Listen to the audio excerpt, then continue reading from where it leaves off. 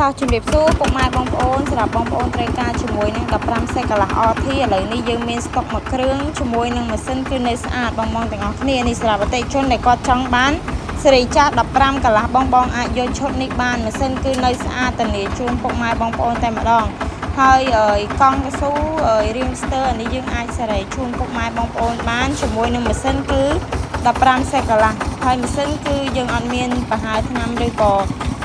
បន្ថែមថ្នាំអីទេទាំងប្រអប់លេខគឺសេរីថ្មីដូចគ្នានេះសម្រាប់តម្លៃវិញត្រឹមតែ1000ជាងទេបងសម្រាប់បងអតិថិជនគាត់មានតម្រូវការជាមួយនឹងប្រភេទមកទឹកនៅស្អាតបងអាចតាក់ទងមកកាន់ហាងហុកលីមយើងខ្ញុំបាននេះបងទាំងអស់គ្នាសលេងបច្ចេកអីគឺយើងបច្ចេកជូនពុកម៉ែបងប្អូនមើលតែម្ដងចឹងបងដែលគាត់មានតម្រូវការជាមួយនឹង15សេកកន្លះអញ្ជើញឡើងមកមើលនៅទីតាំងហាងហុកលីមសាខារង្វង់1នៃផ្សារសក់បានណាពុកម៉ែបងប្អូននេះសេរីចាស់ចំធានាជូនពុកម៉ែបងប្អូនចង់បានសេរីចាស់